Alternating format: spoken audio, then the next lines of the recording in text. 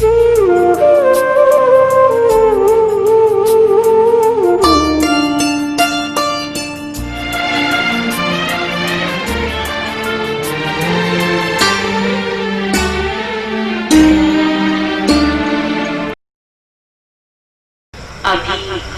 3 minute के लिए एक गीत बजेगा। उस गीत के शब्दों को ध्यान पूर्वक सुनते हुए हम सभी प्रभु की याद में बैठेंगे और उसके बाद आज के विषय को शुरू करेंगे।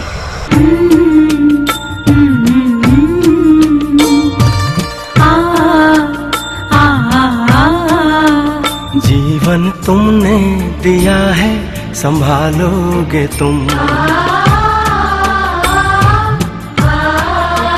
जीवन तुमने दिया है, संभालोगे तुम। आशा हमें है, विश्वास है, हर मुश्किल से विधाता निकालोगे तुम। जीवन तुमने दिया है, संभालोगे तुम। आशा हमें है, विश्वास है, हर मुश्किल से विधाता निकालोगे तुम। जीवन तुमने दिया है, संभालोगे तुम। अब आज के विषय की ओर हम आ जाते हैं। आज का हमारा विषय है खुशनुमा जीवन के सुनहरे सिद्धांत। तो आप में से कौन कौन चाहते हैं कि मेरी खुशी हमेशा मेरे साथ रहे, मैं सदा खुश रहूं? जो चाहते हो जरा हाथ उठाएं। तो आज हम खुशनुमा जीवन के बहुत छोटे छोटे और बहुत सुंदर टिप्स आपको बताएंगे और उसके ऊपर दिन भर अटेंशन रखेंगे तो आप सारा दिन हर समय बहुत खुशी का अनुभव कर सकेंगे। तो खुशनुमा जीवन का पहला सुनहरा सिद्धांत राजयोग मेडिटेशन। राजयोग मेडिटेशन। तो देखिए दुनिया में भी कई मेडिटेशन की पद्धतियां चल रही है, पर ब्रह्मा कुमारी संस्था जो मेडिटेशन सिखाती है उसका नाम है राजयोग मेडिटेशन। पर मेडिटेशन का मीनिंग क्या होता है? हर व्यक्ति के अंदर अपने गुण छुपे हैं, अपनी विशेषताएं छुपी हुई है। तो हम अपने गुणों को, अपनी विशेषताओं को पहचानें और उसे अपनी प्रैक्टिकल प्रोफेशनल लाइफ में यूज करें। ये है मेडिटेशन। अपनी विशेषताओं को पहचानिए, गुणों को पहचानिए और उसे अपनी पर्सनल प्रोफेशनल लाइफ में यूज कीजिए।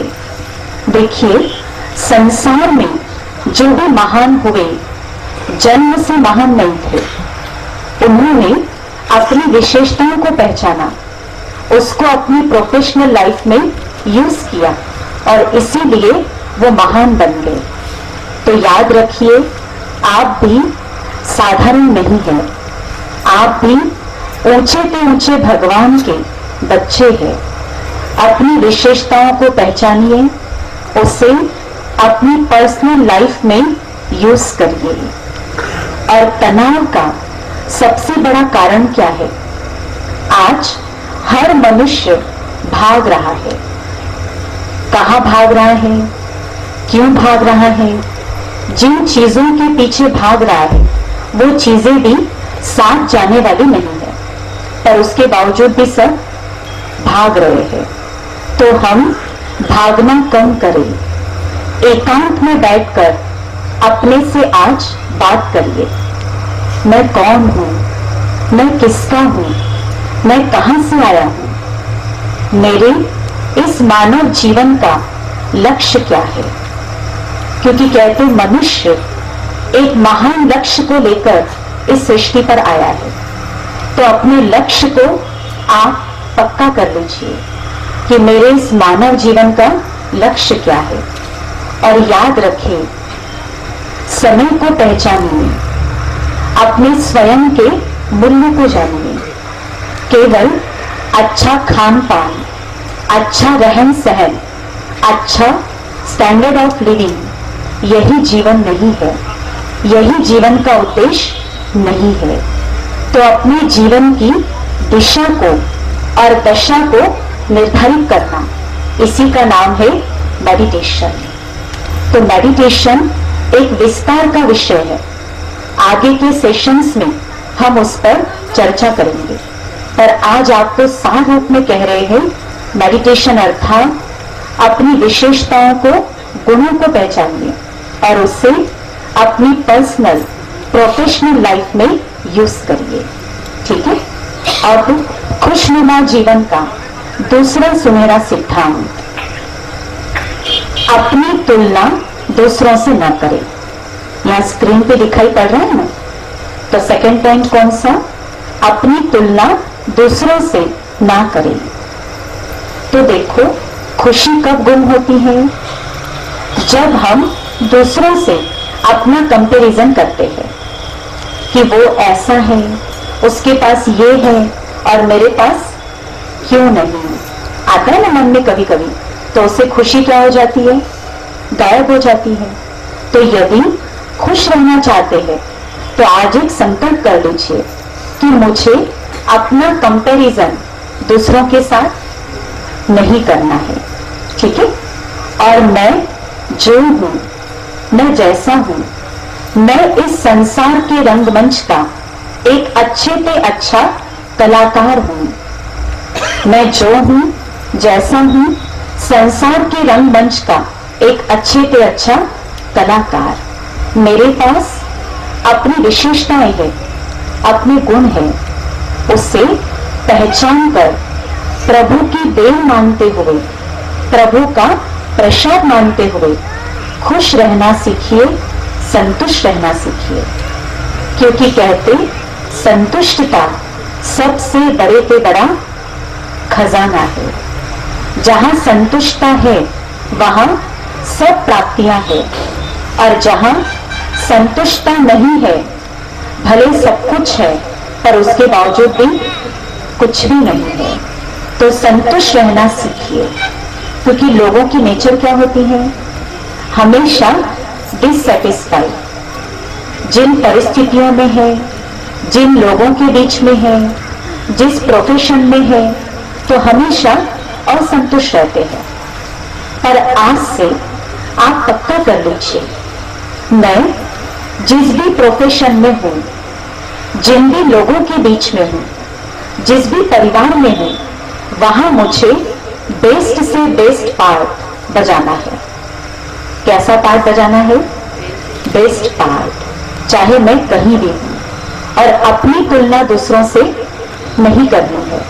और मान लो कोई व्यक्ति अगर तुलना करेगी तो कोई भी ये दावा कर सकता है क्या कि मैं संसार में सबसे श्रेष्ठ हूं? कर सकते दावा? संसार की बात छोड़ो, आप अपने मोहल्ले में, अपनी गली में भी ये दावा नहीं कर सकते कि मैं सबसे श्रेष्ठ हूं। आपको अपने से कोई आगे मिल जाएगा। तो इसलिए कभी अपनी तुलना दूसरों से नहीं करनी है। अब इस पर एक छोटी सी बात आपके आगे रखते हैं, उससे हमेशा के लिए ये पक्का हो जाएगा। एक बार कहते क्या हुआ, पांचों उंगलियों के बीच में लड़ाई हो गई। किस बात को लेकर झगड़ा हो गया? ये पांचों उंगलियां कहने लगी मैं बड़ी और मैं बड़ी। अब ये पहली वाली उंगली कहती सबसे छोटी कि मैं सबसे बड़ी हूं। तो सबने पूछा आप सबसे बड़े कैसे हो? तो इस उंगली ने जवाब दिया, श्री कृष्ण ने गोवर्धन पर्वत किसके ऊपर उठाया था? बताइए। मेरे ऊपर ही तो उठाया ना, तो इसलिए मैं सबसे बड़ी। अब ये सेकंड वाली उंगली कहती नहीं मैं सबसे बड़ी। तो सबने पूछा कैसे? तो जब भी कोई युद्ध के मैदान में जाता है तो तिलक किसके द्वारा दिया जाता है? विजय का तिलक इसी उंगली से। तो इसलिए कहती मैं सबसे बड़ी। अब ये तीसरी वाली उंगली कहती नहीं मैं सबसे बड़ी। सबने पूछा कैसे? तो कहती है सांच को आज ही क्या, मैं तो दिखने में ही बड़ी हूं। अब ये फोर्थ वाली उंगली कहती नहीं मैं सबसे बड़ी। सबने पूछा कैसे? तो जितने भी धर्म पिताएं हुए हैं उन्होंने भगवान की ओर इशारा किसके द्वारा किया? किससे इशारा किया? इसी उंगली से किया ना, तो इसलिए कहती मैं सबसे बड़ी। अब ये अंगूठा भी पहुंच गया, कहता नहीं मैं सबसे बड़ा। पूछा कैसे? तो जहां कोई व्यक्ति पढ़ा लिखा नहीं होता है तो सारा काम किससे चलता है? मेरे से ही तो चलता है ना, तो इसलिए कहता मैं सबसे बड़ा। अब इनकी लड़ाई तो बढ़ने लग गई। अब क्या हुआ, ये पांचों मिलके एक जज के पास गए और एक कॉन्फ्रेंस हुआ कि कौन बड़ा। अब जज ने क्या किया, पांचों ही उंगलियों के पास एक बूंदी की थाली रख दी और कहा अब चलो बनाओ लड्डू, जो उंगली लड्डू बनाएगी वो सबसे बड़ी। तो बताइए बन पाएगा लड्डू? नहीं। कैसे बनेगा? पांचों उंगलियों के सहयोग से। तो ये बात क्यों बताई? इसको अपने जीवन में अप्लाई करिए। कोई किसी से छोटा नहीं, कोई किसी से बड़ा नहीं। संसार में हर प्राणी का महत्व है। सबके सहयोग से ही कोई भी काम पूरा होता है। तो सबको लेके चलिए, चाहे परिवार में, चाहे अपने कार्य क्षेत्र में, हर एक के महत्व को जानिए और हर एक को लेकर के चलिए। अपना कंपैरिजन कभी भी दूसरे से नहीं करना है। तो ये बात पक्की हो गई, अपनी तुलना कभी दूसरों से नहीं करना। अब खुशनुमा जीवन के लिए तीसरा सिद्धांत, तीसरा टिप्स, वर्तमान में जिए। वर्तमान में जीना है, लिव इन प्रेजेंट। खुशी कब गुम होती है? जब व्यक्ति या तो पास्ट में चला जाता है और या तो भविष्य के बारे में बहुत ज्यादा चिंता करता है, तब उसकी खुशी गायब हो जाती है। और एक हंसी की बात, कहते जो युवा होते हैं वो कल्पनाओं में ज्यादा जीते हैं, मैं ऐसा करूंगा, मैं ऐसा कर लूंगा। और जो बुजुर्ग होते हैं वो पास्ट में ज्यादा जीते हैं, हमारे जमाने में ऐसा था, हमारे जमाने में ऐसा था।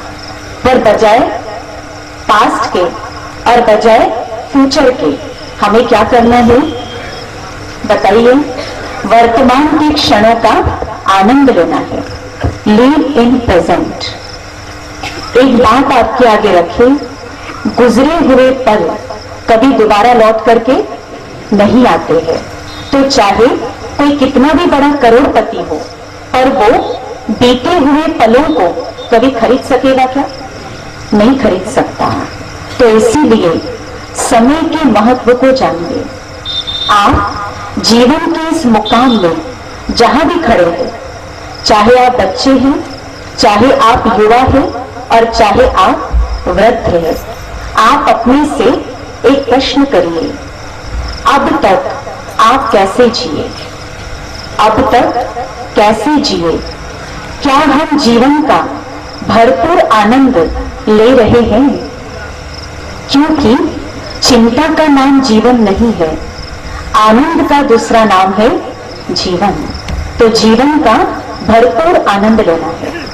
पर हम देखते हैं ज्यादातर समय या तो बीते हुए पलों की यादों में चला जाता है और या तो भविष्य की योजना बनाने में निकल जाता है और कल कल करती हुई जिंदगी बह जाती है हमारे सामने से।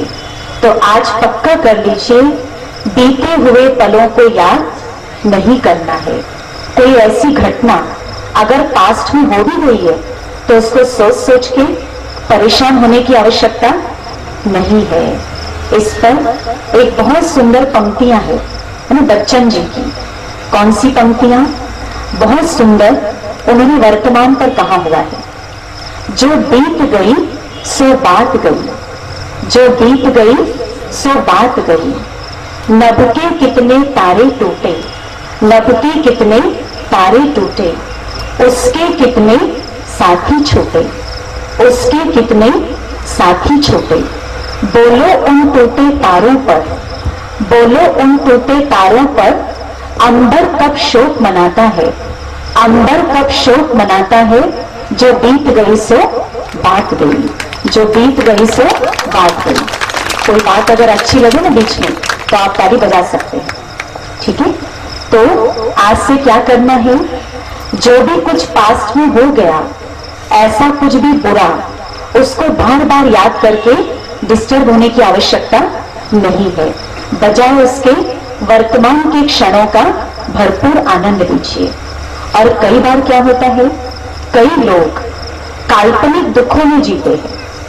काल्पनिक दुख, अब इसका क्या मतलब है, कोई घटना अभी घटी भी नहीं है पर कल्पना कर करके अपने आप को दुखी करते हैं। जैसे मान लो परिवार में कोई बीमार है या किसी को कोई रोग है, तो बार बार सोचते रहेंगे कि कहीं ये बीमारी आगे चलकर मुझे न हो जाए। तो इसको हम क्या कहते हैं, काल्पनिक दुख। तो कहते हैं जो लोग ऐसा काल्पनिक दुख मनाते हैं तो ब्लड सर्कुलेशन ब्रेन तक कम पहुंच पाता है, हाथों में चला जाता है या पैरों में चला जाता है, और उसके कारण व्यक्ति की निर्णय शक्ति घट जाती है। तो आप आज दो बातें अपने से पूछिए। कौन सी दो बातें? बीते हुए पलों को याद करने से क्या वो पल दोबारा वैसे के वैसे लौट के आ जाएंगे क्या? बताइए। नहीं, ये खेल चल रहा है ना संसार का, तो जो खेल में होना था वो हो गया, फुल स्टॉप लगा दीजिए। कहते हैं ना, यही नियति की नीति थी, तो उसको छोड़ दो। और एक दूसरा प्रश्न, क्या भविष्य की चिंता करने से भविष्य बदल जाएगा क्या? होना वही है जो इस संसार के खेल में निश्चित है। और यदि आप वर्तमान को श्रेष्ठ बना देंगे तो आपका भविष्य अच्छा होना ही है, उसके लिए फिर सोचने की आवश्यकता नहीं है। तो आज से क्या करना है, वर्तमान के क्षणों का भरपूर आनंद लेना है। तो पहली बात कौन सी बताई, रिपीट करेंगे। पहली बात कौन सी बताई, राज्य मेडिटेशन। मेडिटेशन अर्थात अपनी विशेषताओं को, गुणों को पहचानिए और उससे अपनी पर्सनल और प्रोफेशनल लाइफ में यूज करिए। दूसरी बात कौन सी बताई, अपनी तुलना दूसरों से नहीं करना है। और तीसरी बात कौन सी बताई, आशावादी दृष्टिकोण। तो आशावादी दृष्टिकोण का क्या मतलब है? आशावादी दृष्टिकोण अर्थात जीवन के भरे हुए हिस्से को देखना, जीवन की प्राप्तियों को देखना। और कहते जो लोग आशावादी दृष्टिकोण वाले होते हैं उनका स्वास्थ्य भी रहते हैं। संसार की घटनाएं, वृत्तांत हम और आप बदल नहीं सकते, पर उसके प्रति हमेशा कैसा दृष्टिकोण रखना चाहिए, आशावादी। अब आशावादी दृष्टिकोण का मतलब जीवन की प्राप्तियों को देखिए, जीवन के भरे हुए हिस्से को देखिए कि मुझे परमात्मा। कई लोगों को हम देखते हैं कि हमेशा बस रोते ही रहेंगे, ये नहीं है मेरे पास, ये नहीं है। तो उसको आशावादी दृष्टिकोण, उन सुखों का एहसास करिए। तो कैसे बनानी है प्राप्तियों की लिस्ट, कैसे बनानी है, आज रात को जाके बनाना, ठीक है, कि मुझे क्या क्या मिला हुआ है। मान लीजिए आपके प्राप्ति है, बताइए कितना बड़ा भाग्य है या नहीं है। अगर आपकी संतान, आपके बच्चे संस्कारवान है तो ये भी प्राप्ति है। अगर भगवान की दी हुई अच्छी बुद्धि आपके पास है, ये भी प्राप्ति है। आपकी अपनी विशेषताएं हैं, आपके पास पर्याप्त धन है, तो अपनी प्राप्तियों की सुख। तो चलिए 1 मिनट के लिए आंखें बंद करके साइलेंस में बैठेंगे और अपने सुखों का एहसास करिए।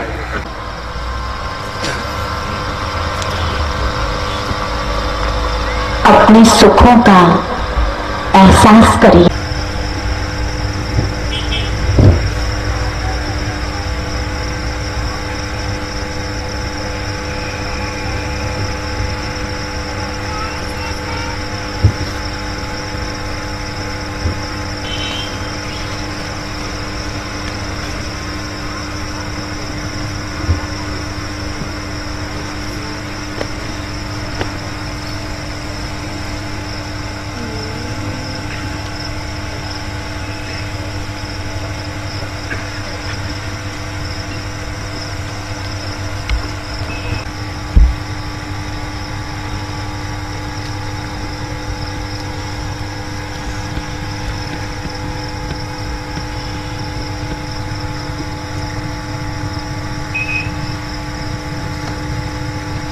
ओम शांति। आंखें खोल लेंगे। तो किया सबने अपनी प्राप्तियों का एहसास, सुखों का एहसास? जिन्होंने किया जरा हाथ खड़े करें।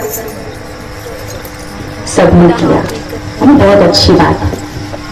अब आज रात को जाके और पर गतिशील रहे, निरंतर गतिशील रहे। जीवन एक सीधा खेल नहीं है, सांप सीढ़ी का खेल है। कई प्रकार के उतार चढ़ाव आते हैं, प्रतिकूल परिस्थितियां होती, कभी सुख के क्षण आते, कभी दुख के क्षण आते। तो आप बढ़ते रहिए, कर्म करते रहिए। इसी को कहते निरंतर गतिशील रहना। और एक बात बता दें, गति क्या है उसका इतना महत्व नहीं है जितना कि बढ़ते रहने का महत्व है। बढ़ते रहने का ज्यादा महत्व है। हम सब में बचपन में एक कहानी पढ़ी हुई है, कछुए की और खरगोश की। दोनों की रेस होती है ना, याद आ गई? पर लगातार दौड़ा। तो इसी तरह निरंतर बढ़ते रहिए, रुकना हमें नहीं है। और एक बात आप समझ लीजिए, परिस्थितियों से ज्यादा शक्तिशाली आप हैं, समस्याओं से ज्यादा शक्तिशाली आप हैं, क्योंकि आप उस सर्वशक्तिवान के बच्चे हैं। तो इस बात को याद करते ही समस्या कमजोर हो जाएगी और आप शक्तिशाली हो जाएंगे। परिस्थितियों से ज्यादा शक्तिशाली मैं हूं, मेरी स्थिति परिस्थिति से ज्यादा पावरफुल है। तो चलिए अपने दोनों हाथ ऊपर करके और हमारे पीछे रिपीट करिए, दोनों हाथ ऊपर। परिस्थितियों से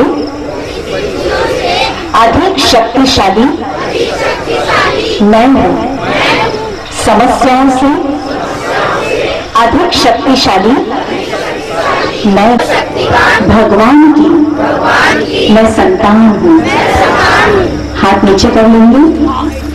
अब जब भी कोई बात आए इस बात को याद कर लेना, रुकने की जरूरत नहीं है, घबरा करके ठहरना नहीं है, क्योंकि असफलता की रात में सफलता की चिंगारी छुपी हुई होती है। कर्म करते रहने से, बढ़ते रहने से परिस्थिति हमारे अनुकूल हो जाती है।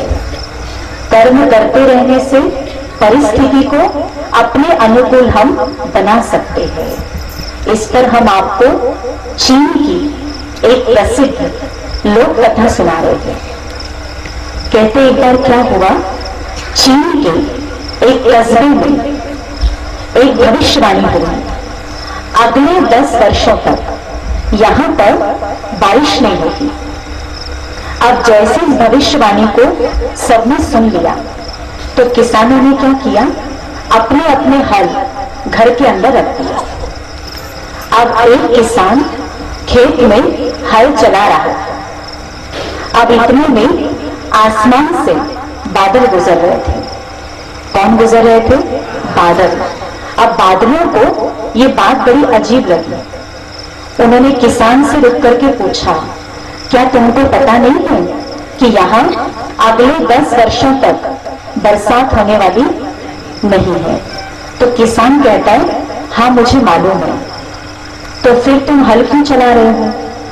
तो किसान ने जवाब दिया, कहीं 10 वर्षों तक अगर मैं अपना काम नहीं करूंगा तो मैं अपना कर्म करना भूल न जाऊं, इसलिए मैं क्या कर रहा हूं, हल चला रहा हूं। अब जैसे बादलों ने बात सुनी, उनको इस बात का तीर लग गया और बादलों ने भी क्या सोचा, कहीं हम भी अपना कर्म करना भूल न जाए, और बादलों ने वहीं पर बरसना शुरू कर दिया। तो इससे क्या सीखने को मिलता है? क्या सीखने को मिल रहा है? हाँ, कर्म में लगे रहिए, निरंतर बढ़ते रहिए, तो परिस्थितियां हमारे अनुकूल निश्चित हो जाएंगी। हमको ठहरना रुकना नहीं है। असफलता की रात में सफलता की चिंगारी छुपी हुई होती है। एक बहुत सुंदर शेर है, किश्ती तूफान से निकल सकती है, किश्ती तूफान से निकल सकती है। बुझी शमा जलकर फिर रोशन हो सकती है, बुझी शमा जलकर फिर रोशन हो सकती है। इरादे न बदल न मायूस हो, इरादे न बदल न मायूस हो, ये किस्मत कभी भी बदल सकती है, ये किस्मत कभी भी बदल सकती है। तो कौन सी बात याद रहेगी? बढ़ते रहना है, सदा कर्म करते रहना है। अब खुशनुमा जीवन का अगला टिप्स, मुझे सदा खुश रहना है, सदा खुश रहना है। तो आज ये संकल्प कर लीजिए कि मुझे सदा खुश रहना है। और ये जो पॉइंट है ना, ये मास्टर की है, ये सबसे मोस्ट इंपॉर्टेंट पॉइंट कि मुझे सदा खुश रहना है। अब आप सोच रहे होंगे कि बस मैंने सोच लिया कि मुझे सदा खुश रहना है, और बस सोचने से खुश कैसे रह सकते हैं? मन में सोच रहे होंगे, आ रहा है मन में।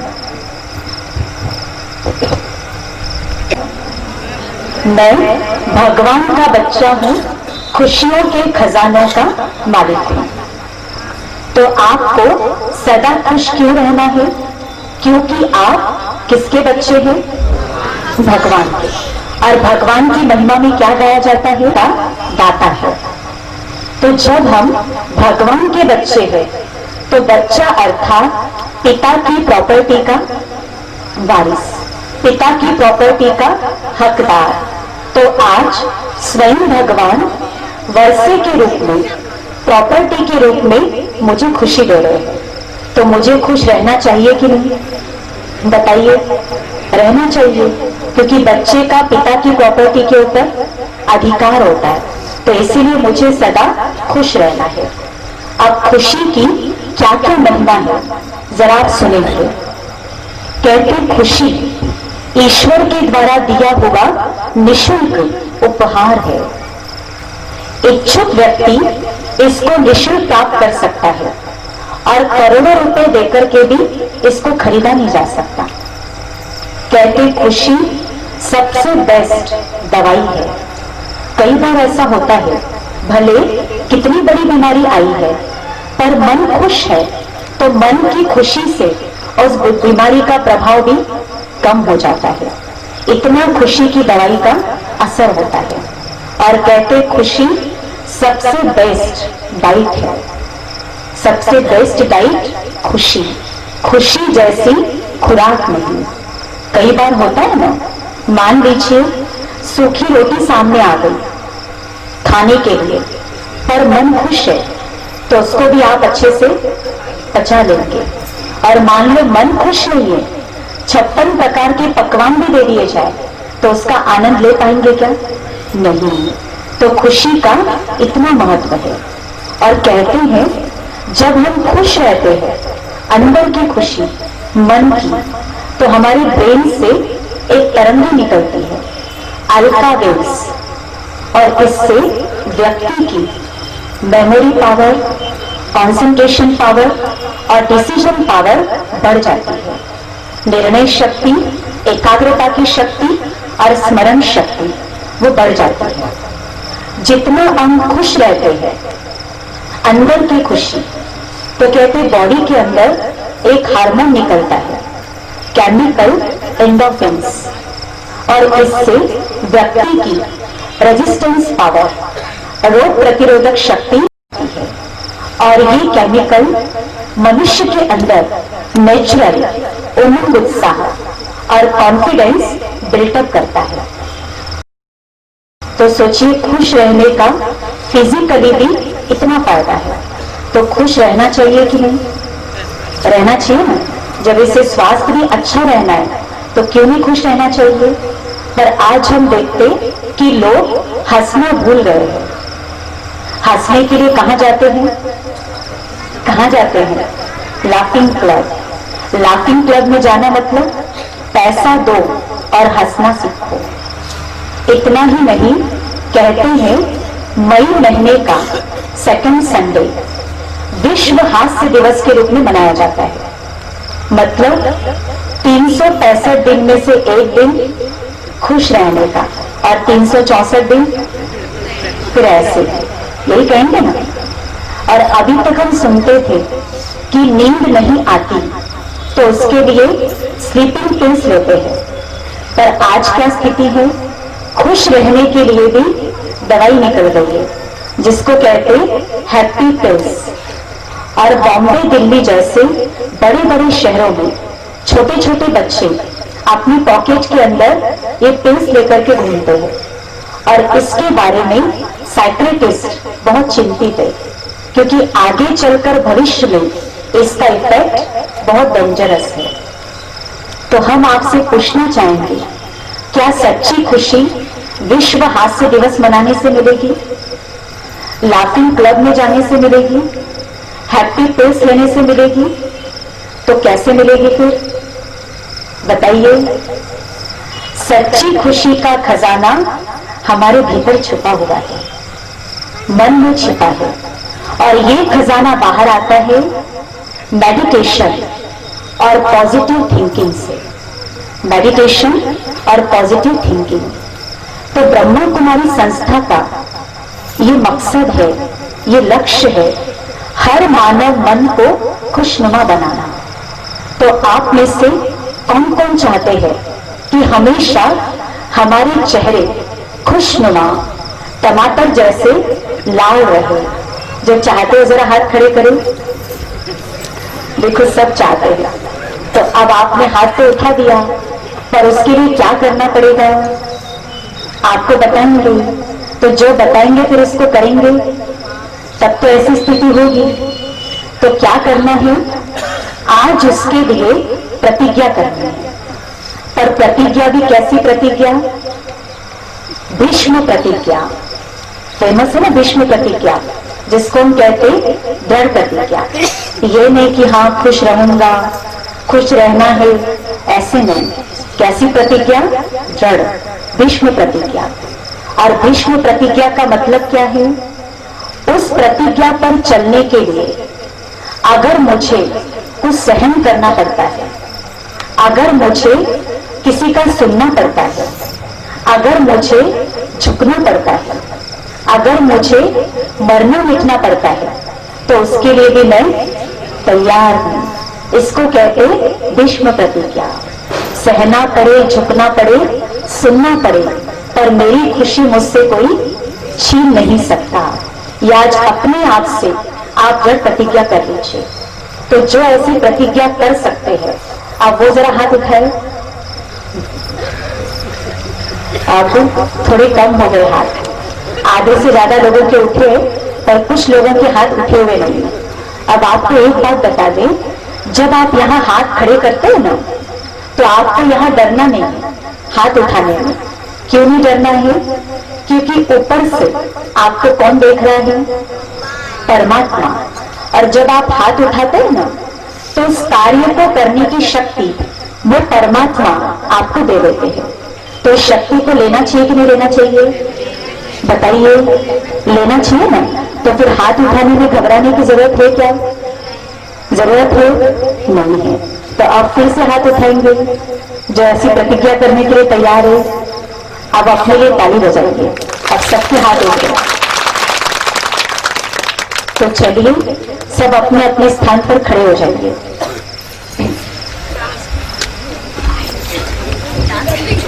अब अपना सीधा हाथ सामने की ओर करें। खुशियों के सागर की संतान हो, संतान हूँ। खुशी मेरा खजाना है। खजाना है। जब तक जीना है, जब तक जीना है, मुझे खुश रहना ही है। रहना ही है। जब तक जीना है, जब तक जीना है, मुझे खुश रहना ही है। रहना ही है। ये मेरी अपने आप से दृढ़ प्रतिज्ञा है। दृढ़ प्रतिज्ञा है। जब तक जीना है, जब तक जीना है, मुझे खुश रहना ही है। मुझे खुश रहना ही है। मुझसे मेरी खुशी मुझसे मेरी खुशी कोई छीन नहीं सकता। कोई छीन नहीं सकता। ओम शांति। ओम शांति। हाथ नीचे कर लेंगे। मिल जाती है उसको दोबारा प्राप्त किया जा सकता है। मान लो धन चला गया, दोबारा आप कमा सकते। आपका जो कारोबार है वो भी वही रहेगा। जिन लोगों के बीच में आप हैं उन्हीं लोगों के बीच में रहना है। पर उन सबके बीच रहते मैं अपने आप को खुश रखने का प्लान बनाऊं। तो आज यहां से जाके अपने आप को खुश रखने का प्लान बनाइए, क्योंकि बदलने वाला कुछ अब ऐसा ही खुशी का चेहरा हर समय रखना है। ठीक है, कल यहाँ आए तो भी हमको लगे कि सारा दिन आपने कैसा बिताया, खुशियों के साथ। तो अभी हम क्या करेंगे, मेडिटेशन करेंगे। पर कैसे करना है मेडिटेशन, पहले वो आपको बताते, और फिर 5 मिनट हम मेडिटेशन में बैठकर खुशियों का अनुभव करेंगे। तो यहाँ स्क्रीन और उस बच्चे के ऊपर झरना बरस रहा है। तो आप क्या करिए, उस मुस्कुराते हुए बच्चे की जगह अपने को बिठा दीजिए। अपने अंतर मन को ये प्रोग्राम दे दीजिए चित्र सहित कि मैं बैठी हूं या बैठा हूं, और भगवान से खुशी का झरना बरस रहा है। कौन सा झरना बरस रहा है, खुशी का, पानी का नहीं। ये तो एक सिंबॉलिक दिखाया हुआ है, पर कौन सा झरना बरस रहा है, खुशियों का। कि अब मेरे से खुशी के फवारे निकल रहे हैं। और कैसे फवारे निकल रहे हैं, रंग बिरंगे अलग अलग कलर्स के खुशियों के फवारे मुझसे निकल रहे हैं। बस इसी स्थिति में अभी हम बैठेंगे। और देखिए, अभी तक खुशी को कहां ढूंढ रहे थे, व्यक्तियों में, संबंधों में, वस्तुओं में, वैभव में। पर आज खुशी का खजाना हमें कौन दे रहा है, कौन दे रहा है बताइए, भगवान। तो ऊंचे तो ऊंचा भगवान आज मुझे खुशी का खजाना दे रहे हैं। वहां मेरा भाग्य। तो मुझे सदा खुश रहना है, सदा खुशी का अनुभव करना है। तो चलिए इसी महसूसता के साथ अभी 5 मिनट अपने अंदर खुशी को भरेंगे, खुशियों का एहसास करेंगे। सीधे होकर के बैठ जाए।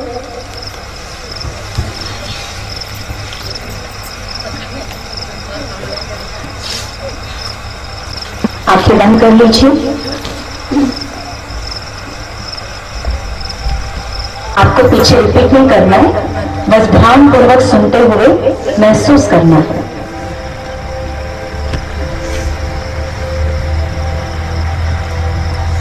परमात्मा से खुशियों को भरना है, उनका बच्चा है। मैं खुशियों के सागर की संतान हूं।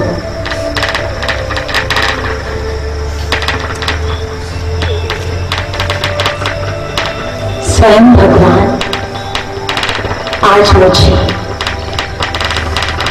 खुशी पाने के लिए कहां कहां हम भटक रहे थे, वहां मेरा भाग्य जो स्वयं ईश्वर खुशी का खजाना मुझे प्रदान कर रहे हैं।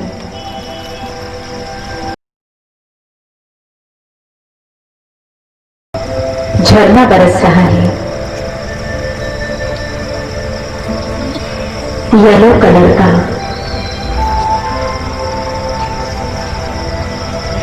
मैं खुशियों के झरने को अपने भीतर भरती जा रही हूं।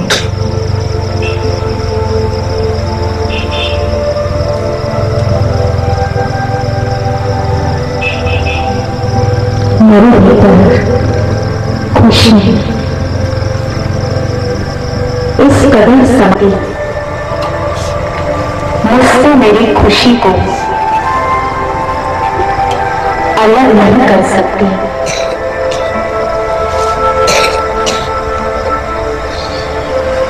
खुशी का झरना मुझ पर बरस रहा है।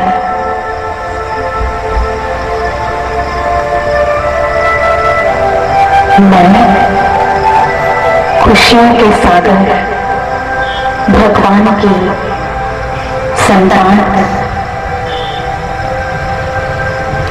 खुशी मेरा खजाना है। मुझे सदा खुश रहना है। इससे मेरा तन और मन स्वस्थ होता जा रहा है।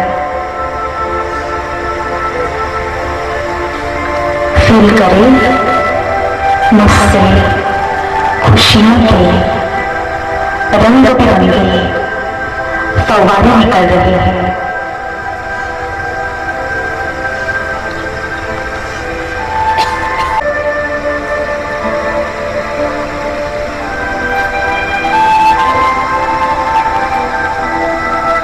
मैं खुशियों के सागर की संतान,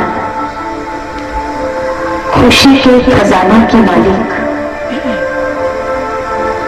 जब तक जीना है मुझे सदा खुश रहना ही है। जब तक जीना है मुझे खुश रहना ही है। विश्वास के साथ भर लीजिए,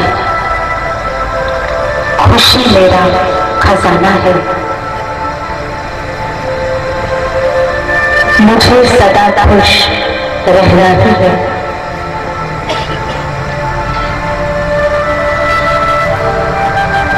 ओम शांति शांति।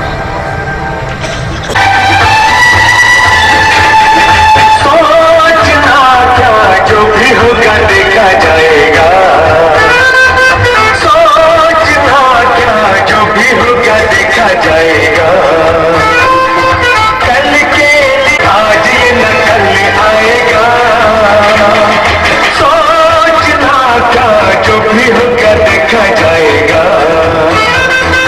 जो होना होगा होगा वही, सोच के तू क्या पाएगा। सोचना क्या,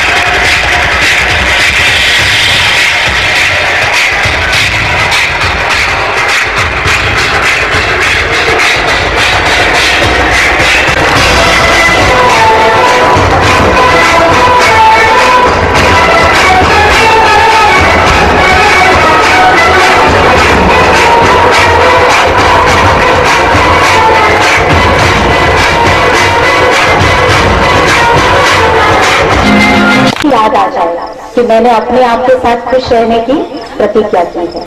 और अब कल फिर से ठीक 7 बजे आप सभी यहाँ पहुंच जाएंगे और आज का ये सेशन यहीं पर समाप्त होता है।